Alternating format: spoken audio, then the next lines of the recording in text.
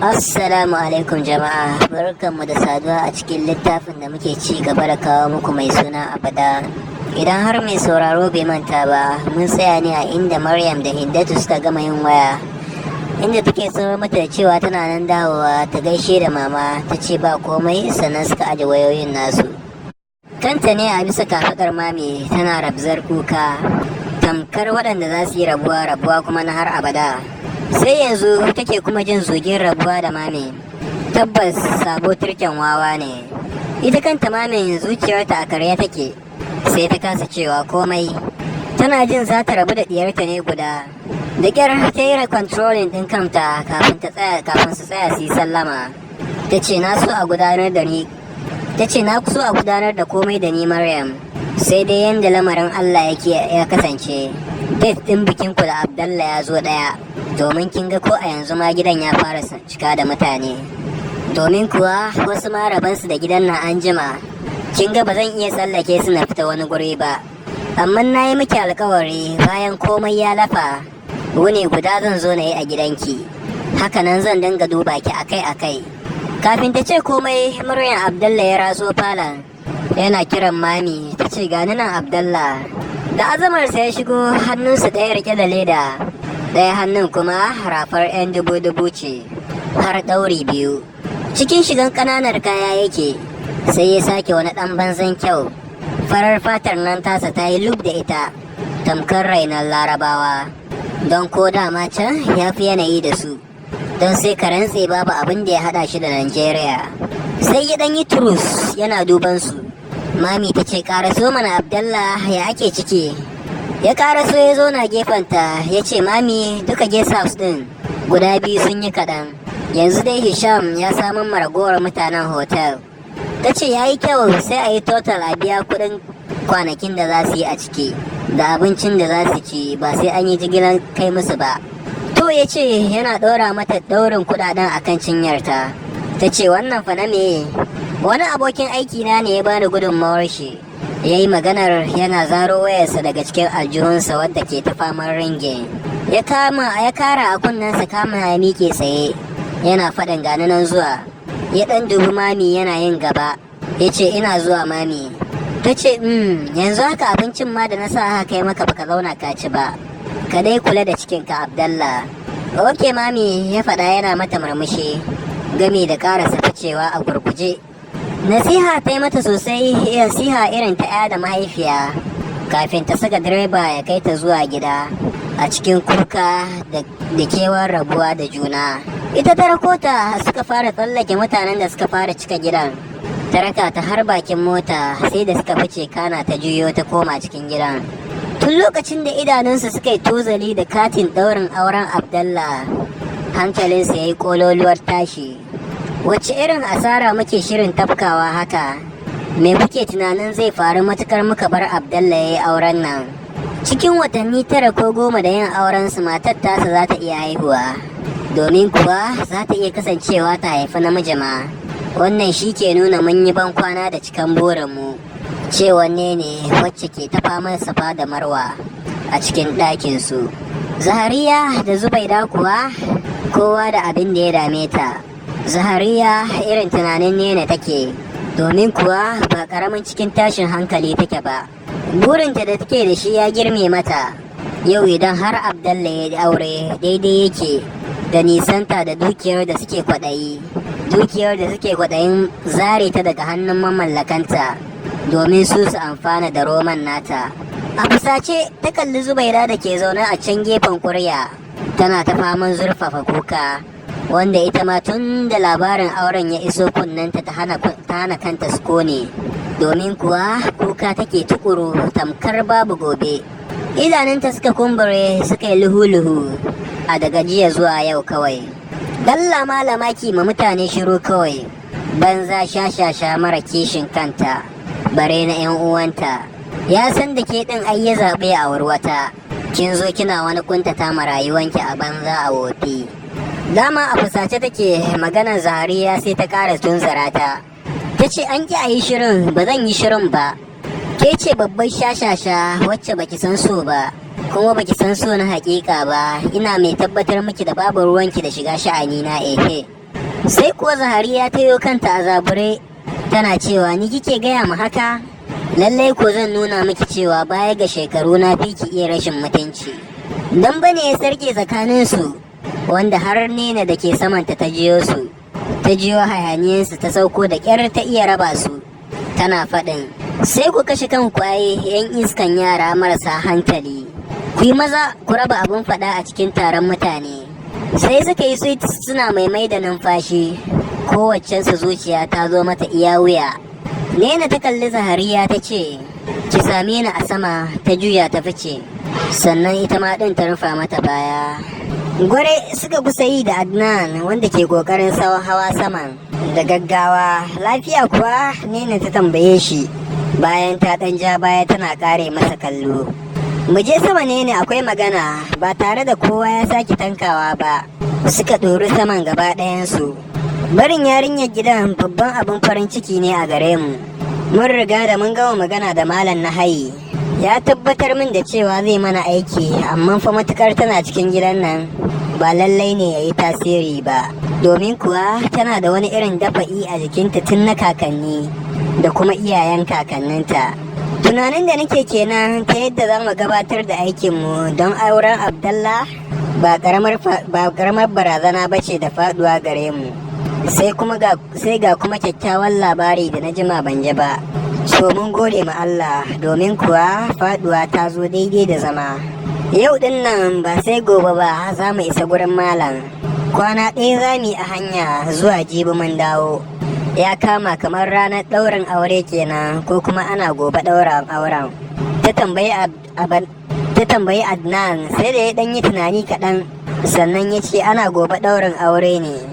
Ta ce to yayi, kai Adnan ka zaura mu je da Zahariya, ka shiga a yi duk wata hidima da kai. Ba na son a fahimci komai, zan sanar da Hajiya Binta cewa kanwar ubanku ce ba ta da lafiya, da za mu je dubo ta. A nan suka kammala dukkan wani shiri da tsarinsu. Kana suka shirya ta faɗa wa mami abin da ta tsara, kuma ta shirya gaya mata. Cikin tausayawa, mami ta ce a yi mata sannu, Allah ya ƙara sauƙi. Idan sun isa za ta kira ta sai su ba ta yi mata sannu da jiki. Tun daga ƙofar gidan ta fara ganin alamun cikar mutane, maza da mata, sai kaiwa da komowa ake. A hakan ma wai ba a fara gudanar da bikin ba kenan. Direba ɗin da ya ɗauko ta ya samu ya yi fakin. Akwai sabo tsakaninsu, mutunci da kuma girmamawa. Duk da cewa ya kusa shekara 60, dattijan mutum ne mai hankali da kuma natsuwa. Baba direba ya kalle ta bayan ya fito, ya ce to malama mai ramo, haka yake kiranta domin sunan ɗiyarsa ce. Ya ce to sai a yi ta haƙuri da rayuwa, mu dai sai ba ranar ɗaurin aure za ki ƙara ganina. Ya ce mu kam sai ranar ɗaurin aure. Kanta a sunkuye ta ce na gode sosai baba, Allah ya nuna mana. Ya buɗe butsun motan yana cewa bari in shigan miki da kayan ko? Da sauri ta amsa jakan da ya fara fitowa da ita. Ta ce a'a baba ka bar shiga, yara zan sa su shigar min da su. Ta yi kiran yaran makwabtan da ke zaune a gefe da su. Kiransu ta yi suka iso a guje, domin kuwa har rigirgen zuwa suke yi din. Kafin ta fara magana ma sun fara zindiban kayayyakin, suna shige mata da su cikin gidan. 5,000 ta kirgo cikin 200,000 da mami ta bata. Ta ce ta rike a hannunta, ta san amarya kuɗi ba sa zama a hannunta. Da fari kin karba baba direban ya ce idan da ni mai arziki ne aini ya cancanci in baki Maryamu a matsayin gudunmawata. Ke din yarinya ce ta gar Maryam, babu komai tsakaninmu da ke, sai dai mu yi miki fatan alkhairi. Sai ya kuma karya mata zuciya, ta ce in dai ka ɗauke ni ya baba to ka amsa kuɗin nan, a yi min addu'a. Da ƙyar ta shawo kansa ya amsa, gami da sa mata albarka. Suka yi sallama, ta juya don shiga gida. Tun daga kofar gidan ta fara ganin canji, domin kuwa ya sha fenti raɗau ruwan madara. Tun daga waje har cikin gidan mutane ne, domin kuwa waɗanda ke cikin gidan aƙalla sun kusa dosan 20. Hira ce kawai ke tashi cike da farin ciki. Dangin mamanta ne haɗe da na babanta, na garin Kaya da kuma sauran garuruwan. Sallamarta ya sanya su suka guda, kowa na faɗin albarkacin bakinsa. ganin yadda ta yi kyau ta canza tamkar ba Maryam ɗin da suka sani da ba. Kunya ce ta kama ta ƙara sagunsa suka gaggaisa. Maryam mai alkhairi ce duk da yanayin gidansu, hakan bai hana ta idan ta ɗauki albashi ta duba mabukata sosai a cikin dangin nasu, ta kuma taimaka musu da ɗan abin da ba a rasa ba. Daga nan ɗakin mahaifiyarta ta wuce, nan ɗin ma mutane ne cike, ɗakin yayi kaca-kaca da kayayyakin samiro da na robobi waɗanda ake ta kwashewa wai za a tafi jere. Suka gaggaisa ta shige ɗakin gadon mama. Ita da Hindatu ce a cikin ɗakin, kayan sawa ne zuba a saman gadon suna ta aiki. Gefen gadon ta samu ta zauna ta fara gaida mama. Dafa baki Hindatu ta yi tana faɗin la adda Maryam dabɗi jam, irin wannan canzawa haka lallai mami ta iya kiwo. Za a gigita ya Abdulrahim kenan. Alamu ta mata na ta yi shiru don Allah. Ƙaraso Maryam, ki fidda kayan da kike so, za a bada na bayarwa. Ta ce mama kawai a ba ma wanda za a ba wa, babu komai. Hindatu ta janyo jakar bakon da ke gaban Maryam ɗin, tana faɗin duba kayan nan adda Maryam. Dunkunanki ne, jiya adda Raliya ta kawo su, sannan ta ce gobe za ta amso miki sauran. Da ɗaya ta dinga ɗaga kayan, ba ƙaramin birge ta suka yi ba, gaba ɗayansu a ciki babu na kushewa. Ta ce kai Allah ya saka mata da alkhairi, ta faɗa bayan ta gama dudduba kayan. A bakin famfo bayan ta fito yin sallar la'asar, ta tadda Jamila ta fito ita kuma daga ban ɗaki, gaba ɗaya ta fige ta lalace tamkar mai cutan kanjamau. Wani banzan kallo ta yi ma Maryam ɗin tare da jan tsaki, ba tare da ta kula ta ba, ta buɗe famfon gami da kunna shi ta fara yin alwalarta. Bata kai ga gamawa ba, ta ji an bangaje ta yi taga-taga kamar za ta faɗi, don saura kiris da kuma goshinta. Allah ya takaita mata ta dafa kan famfo ɗin. Mikewa ta yi tana duban bayanta, Binta ce a tsaye cike da tsabar rashin kunya, tana girgiza gami da kakkaba jikinta, tamkar wadda jikinta ya ɗebi ƙura. Kana ta kalle ta tana faɗin baki gani ne Binta kika bangaje ni? Ina gani mana sai me? Ta ce daman jirar dawowanki nake cikin gidan nan. Tsoffin munafukai maciya amana, masu auren mijin 'yar uwarsu. Duk da kalaman sun mata ciwo, amma sai da ta bata dariya. Tsayawa ta yi kallonta kawai. Cikin yaran gidansu su 17, Binta ita ce kanwarta ta 9. Akalla ta bata shekara kusan 10. Sai ta ga a dama ba ta kanta take ba, ballantana yanzu ranar tarihi a kanta, ballantana a yanzu ranar tarihi a rayuwarsu. Kada kai ta yi kawai, tana sake yin murmushi gami da juyawa ta ci gaba da alwalarta. Kafin ta ce duk waɗanda kika kira da waɗannan sunayen ai sun riga da sun san kansu. Kin ga kenan ba da ni kike ba, da ke nake mana, kuma idan kin isa ki tanka ki ga yadda ake ruwan bala'i a cikin gidan nan. Ta zubar da ruwan da ke bakinta, ta gyara ɗaurin ɗan kwalinta, kana ta dafa kafaɗar Binta. Ta ce mai abun faɗa baya faɗa, harkar girma muke da mutunci, ba ta bala'i da masifa ba. Ina da damar da zan miki dukkan tsiya Binta, hakan ba gagara ta zai yi ba, amma ba zan yi haka ba, domin abin da kuka shuka shi kuke girba. Wannan ma kaɗai ya ishe ku duka mai taɓa ƙololuwar zuciya kenan. Ta sake mata kafaɗa gami da yin ɗakin su. Ki da ke ni mana karuwa kawai, ke kuwa tun da bata kula ki ba ai sai ki kyale ta ko? In ji Kulu wacce ke ɗiban ruwan wanka. Babu ruwanki munafukai kawai, daman tun jiya naga sai rawar kai kuke, daga ke har uwarki a kansu. Kulu ba haƙuri kamar yadda ita ma Bintan ke ji da kanta. A take kuwa suka hau dambatawa. Ragowar dangin ubansu da basu je jere ba ne suka tsaya rabo. Dawowan 'yan jerai suka hau hirarrakin gidajen su Maryam, ta yadda Allah ya yi musu baiwar mazauni mai kyau.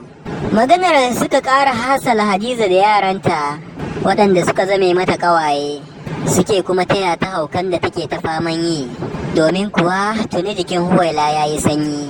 Sai dai a tafau Hindatu ta hana ta shiga jikinsu, ta ce sam ba za a maimaita abin da ya faru shekaran baya ba. An dai fidda kayan sawa, jaka da takalmi cikin kayan Maryam, an ba ma yaranta Lubabatu da Jamila. Lubabatu da Batulu da murnansu kuwa suka amsa, don ko ba komai sun samu na fita biki. Wannan karɓan ma da suka yi sai da ya zama bala'i, domin kuwa Hadiza da yaranta fitowa suka yi suna zuba rashin mutunci a cikin dangin uban nasu. Dama hali kam an riga da an san da shi, domin kuwa wanda bai san halinsa a da ba ma yanzu ya sani. Kowa ya buɗi baki tar yake da halayensu. 9 ga wata ya kama ranar Talata, a ranar aka yi kamu. Washe garin Laraba suka yi buɗan kai. Duk shigan da suka yi iri ɗaya ne, na komai da komai daga ita har Hindatun. A ranar Alhamis aka yi musu wani irin ɗan reception irin na Fulani, wanda shiga ce na Fulani ake yi, kowa da kowa ya yi. Ba ƙaramin ƙayatarwa tsarin nasu ya yi ba, komai a tsare yake cikin natsuwa gami da kwanciyar hankali. Ranar Juma'a ranar ce ta kama ranar ɗaurin aure. A Gaya aka tsara za a ɗaura auren a wannan karan. Dalilin da ya sa kenan gidan ya zamto mata ne kawai a cikinsa, mazan gaba ɗayansu sun tafi Gaya. Da yammaci a gidan maman Zahara suke zaune, makotansu suna tsakiyar ƙawaye da 'yan uwa. Ta yi kyau a cikin shadda. Raliya ce ke gefenta tana zuba mata abinci a cikin plate, kana ta miƙa mata. Ta ce, Maryam, karɓi kici, tunda aka fara sabbogin nan baki tsaya kin ci abincin kirki ba. Ta yamutsa fuska gami da faɗin bana jin daɗin baki na Raliya. Faɗuwar gaba nake fama da ita tun da safe. Murmushi ta yi, ta ce fargabar shiga sabuwar rayuwa ce, domin kuwa kowace mace na jin haka, har da ma faɗuwar gaba, har da ma ɓacin rai. Wasu ma har kuka suke kafin su ji sanyi a cikin zuciyarsu. Ki yi ta ambatan Allah. Kafin ta ce komai zuciyar wayarta ta fara kuwa. A kasalance ta ciro, mami ce ke kiranta. Murmushi ta yi, ta ce Allah sarki mami. Ta ce tun da safe na so in kira ki Maryam, na san tuna an ɗaura tun da safe ko? Diya ta girma ya zo kanta, an zama manya. Murmushi ta sake yi, ta ce na yamma ne mami. Suna can dai.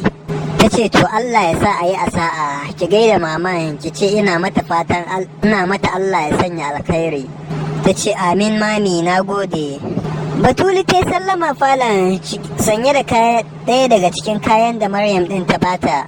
An gyara mata daidai ita. Sun mata kyau kuwa, domin kuwa babu laifi, yaran gidan nasu akwai kyau irin na yaran asali na Fulani. Ta ce adda Maryam ki zo kin yi baki. Suna falon mama. Cike da mamaki ta kalle ta, domin kuwa ko da wasa bata taba jin ɗaya daga cikin yaran gidan nasu ya kira ta da wannan sunan ba. Idan ka ɗauke Hindatu, ki ce ina zuwa, ta bata amsa tana janyo mayafinta ta lulluba gami da duban Suwaiba da ke zaune gefenta. Ta ce ta zo ta raka ta. Da kyar ta kutsa daga cikin gidan saboda yawan jama'a, musamman saboda masu kiɗan ƙwarya da suka zo suka fara aikin nasu. Balaraba da Yasira na zaune daga gefe ɗaya, an sa musu abinci su da yaransu suna kwasa. Sannu ta yi musu kafin ta shige su. Yasira da Shamsiya suka ɗan yi kuskus, kana suka taɓa baki. An samu duniya, in ji Azara ta yi sallama falon. Maman nasu ma na zaune, ta yi kyau cikin ɗinkin atamfa, sai ta koma kamar yarinya mai ƙananan shekaru. Allah ne kaɗai ya san irin farin cikin da take ciki. Babu shakka komai ya yi farko zai yi ƙarshe. Aure kuwa lokaci ne, idan har ya zo koda kuwa ba a shirya ba sai an yi shi. Fata dai kada gaggawa ana son ya sa a je a yi zaben tumin dare. Abokan aikinta na gurin aikin Hajiya Atika ne, farin ciki sosai ta yi. Kwarai da gaske ta ji daɗin zuwan nasu. Misalin karfe 6 suka fita Mina Event Center, suka gabatar da wata ƙwarya-ƙwaryar dina. Ta Maryam ce ita da ƙawayenta da iyayenta. Su Hindatu kuwa tuni Jabir ya zo ya ɗauke matar shi ya wuce da ita gurin dina, wanda aka fi shirya musu suma nasu na musamman. Ba shi ko ya dawo da ita gida ba sai wajen karfe 1 saura na dare. Maryam ɗin za ta soma mata faɗa, ta yi shigewarta cikin bargo, ta yi kwanciyarta. Hindatu rawan kan amarci ya fara taɓa ki ko? Cewar Raliya wacce ke gyara kwanciyar Fadil. Suna jin ta tana musu dariya. Tun karfe 5:30 na yamma ranar asabar motoci suka cika unguwar nasu, wanda har layin sai da ya musu kaɗan, dole ya sa motoci suka fara fakin a bakin titin unguwar. Motoci ne na kera sa'a, a natse kowa ke zaɓar wacce za ta shiga saboda a tare za a tafi, domin kuwa sai Hindatu ta raka Maryam tukunna. Da Allah ku fito ku mu tafi, kun zo kun sanya uwarku a gaba kuna son ku sanya ta kuka. Ina cewa ba a kanku aka fara aure ba. Haba da Allah, in ji yayar maman Hajiya Aisha. Hindatu da Maryam din ne duke a gaban maman. Maryam ta soma kokarin tashi, amma kuka ya ci karfinta. Sanye take da atamfa, riga da simfil zani. An lullube ta rub da wadataccen mayafi. Hajiya Aisha ce ta taimaka mata ta miƙe, ganin da gasken ta kasa miƙewa. Fatan alkhairi ta biyo 'ya'yan nata da shi. Sharaf suka ji an damƙe Hindatu. Shegiya tsinanniya, wallahi babu inda kika isa ki je, domin kuwa gidan mijina nawa ne ni kadai. Wallahi ba zan baki damar cin irin daular da na ci ba. Ganin abin na gaske ne, ɗaya daga cikin ƙannan malam Sailuba ta ƙaraso ta ɗaga hannu ta zabga ma Jamila mare, tana faɗin sake ta 'yar iskar yarinya mai kama da 'yar Allah ba ni. Duk abin da kika aikata aka yi muku shiru ba a ce komai ba, bai ishe ki ba. Sai yau da Allah ya shirya nuna muku kuskuren ku. Shekara nawa kuna cutar da Amina? Baiwar Allah ta taba ta da kai ta kalli waninku? Tun da aka fara bikin nan ba ku bar mutane an zauna lafiya ba. Uwar ku dai ta cuce ku wallahi. Kuma ki sake ta tun kafin ki ɗebi haƙoranki a hannunki. Domin kuwa idan tsiya ce kowa ma ya iya ta. Ba shiri ta saki Hindatin ta ja da baya, sai ga ta Sharaf a ƙasa. Da gudu inna Hadiza ta karaso gurin, hannu ta ɗora a ka cikin ƙaraji tana faɗin, Huwaila, Amina da ke Sailuba za ku kashe min ya ce? Munafukai tsinannu, daman ai na daɗe da sanin kun fi sa Amina saboda 'yar garin ku ce. To Allah ya fi ku, kuma ki jira ranar ɗaukan fansa na nan tafe. Babu wanda ya bi ta kanta, hasali ma zamewa kowa ya dinga yi. Domin kuwa ko ruwan da za a watsa ma Jamila an rasa mai ɗibowa. Domin kuwa har sauran yaran nata su ma suna waje suna kallon yadda motoci ke dakon ɗaukan 'yan ɗaukan amare. Kwalliya kowace ta ci tare da fatan ɗaya daga cikin mamallakin motan ya taya. Ta dubi Sailuba da ta taho cikin sauri don kada ta rasa motar da za ta shiga. Ta ce don Allah Sailuba miƙo min ruwa na kwara ma Jamila, kin ga babu wanda ke kusa, kuma kin ga ko numfashi ba ta yi. Kallon banza ta bi ta da shi, ta ce ki ci mutuncin mu, ki ci na uwar mu, kuma ki ce za ki more mu. Ta ce sai dai ki nemi wata ta baki wallahi, ba dai ni ba. Ta buga kafa ta yi ficewar ta abinta, dole ne sa ta saki Jamila ta tafi ɗebo ruwan. Ta sheƙa mata, kana ta ja ta zuwa cikin ɗaki. Gwanin sha'awa motoci ke tafiya cikin tsari, domin kuwa san babu irin mahaukacin kudin nan da 'yan kai amarya ke yi. Motoci ne kimanin guda 40 banda na security guda 10. Wani irin matsananciyar faduwan gaba take ta fama da shi idan ta tuna wai gidan auren ta fa za ta tafi. Addu'o'i ne fal cikin zuciyarta na samun sa'a da nasarar sabuwar rayuwar da za ta shiga. Sau uku tana sako kafafuwanta waje da niyyar fita, amma tana kasawa sakamakon mutanen da ke giftawa. Ba ta da bukatar kowa ya ganta, aiki ne na sirri wanda ba ta bukatar kowa ya ganta. Wayarta ta fara vibration, jikinta na rawa ta daga. Maryam ne ce cikin dodon kunnanta ta ce kada fa ki kuskure, za ki janyo mana bacin aiki, domin kuwa wannan ce damar mu ta ƙarshe. Murya can ƙasa take faɗin na gama aiwatar da komai ne. Fitowa ta ce ke neman gagara, mutane na ta kai kawo a gun.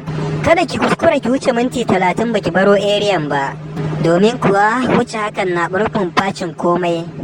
Ta kashe wayar, hankalinta ta maida sosai akan hanyar. Ta fike idanuwan mutane ta fice ta nufa hanyar bangaren nasu, cike da farin cikin nasara aikin nasu. Karfe 10:30 ne na dare, gefen lallausan gadon ɗakin nata take a lullube kuma a cure guri guda. Tafiyar 'yan kawo ta da mintuna 20 yayyafi ya fara sauka, wanda ya haddasa sanyi da garin yayi haɗe da kamshin ƙasa. Bai kankama ba ruwan, haka nan yayyafin bai tsaya ba. Kusan tun da suka tafi suka barta a nan take zaune bata ko motsa ba. Hayaniya da ta fara ji cikin falon na muryoyin maza shine ya ƙara mata fargaba. Ta runtse idanunta tana jin kirjinta na bugun uku tamkar za ta yi tsalle ta fito. Ko baka faɗi ba, ba shiga mu ma za mu yi ba, domin kuwa an daɗe da daina wannan. Ta jiyo muryan wani daga cikinsu. Tun tana jin hayaniyar tasu sama-sama wata ji duk alamun ba sa ciki sun fice. Da gudu-gudu sauri-sauri ya ƙaraso cikin falon saboda ruwan da ya sake ɗanyin ƙarfi. Don duk da haka sai da ruwan ya jika masa fararen kayansa. Ya tsaya ya kulle ko'ina sannan ya rage yawan kayan da ke jikin nasa. Kana ya doshi ɗakin kai tsaye. A hankali ya buɗe ƙofar ɗakin, kana ya aje tarin ledojin da ke hannunsa. Ƙamshin da ke cikin ɗakin kawai ya isa ya tabbatar maka da yau rana ce ta musamman. Sai yayi yana murmushi, hannun shi harɗa a baya. Sai ya lumshe idanuwansa yana zuƙan ƙamshin ƙasa da turaren jikinsa da na ɗakin gabaki ɗaya, ta yadda suka haɗu suka ba da wani ƙamshi na musamman kuma na daban. Gwagwarmayar da ya faɗa kafin samunta suka dinga faɗo masa, ya dinga ɗan tunawa a hankali, kana ya buɗe idanun nasa ya tsaya yana ƙare mashigar ta kallo. Gaba ɗaya jikin nasa ya sake a lokacin da wani tunani ya ɗarsu a cikin ransa, wanda ya daɗa masa ƙwarin gwiwa da azamar isa wajenta. Tamkar mai tausayin gadon haka ya hau ya dinga rarrafawa har ya isa gare ta, kana ya yi zaman dirshan. Sannan a hankali ya dinga yaya mayafin da ke saman kanta har ya cimma nasarar cire sa duka. Fuskarta ta bayyana, sai dai ya cimma idanunta a runtse. Ya karyar da kai yana ci gaba da kallon fuskar tata, irin kallon da bai taba samun dama ya tsaya ya yi mata shi ba. Kyawunta ne ya ci gaba da fito masa muraran, sosai ya shagala har baya son abin da zai shiga tsakaninsa da yanayin. Kememe zuciyarta ta ki amincewa da daina gudun tseren gudun da take. Gashi ya sa ta a gaba, nauyi da kunyarsa sun hana ta bude idan nata. Jin shirin ya yi yawa ya sanya ta yanke shawarar bude idan nata, ko ya ma fita a ɗakin ne bata sani ba. Da kaɗan ta dinga bude su har sai da suka kammala budewar, da kafafunsa ta soma tozali a hankali. Ta daga kan nasa har ya sauka akan fuskar shi, wanda ruwan sama ya taba har ruwan ya soma taba gashin kansa. Bata san lokacin da ta wuntsila gefe ba, cike da tsoro, razana gami da firgici ba sakamakon wanda ta gani. Abdallah ne cikin daren nan, cikin gidanta, cikin ɗakinta, har akan gadon aurenta. Shi idanunta ne ke mata gizo koko menene? Shin me yake shirin faruwa ne? Hauka ce ta samu kwakwalwar Abdallah ko ba shi bane ba? Gaba ɗaya aljanu ke son mata wasa da hankali da kuma kwakwalwa. Shi ina Abdurrahim da har ya bar Abdallah ya keto cikin ɗakinsa na sunna? Waɗannan ɗimbin tambayoyin ne suka nemi jirkita mata kwakwalwa.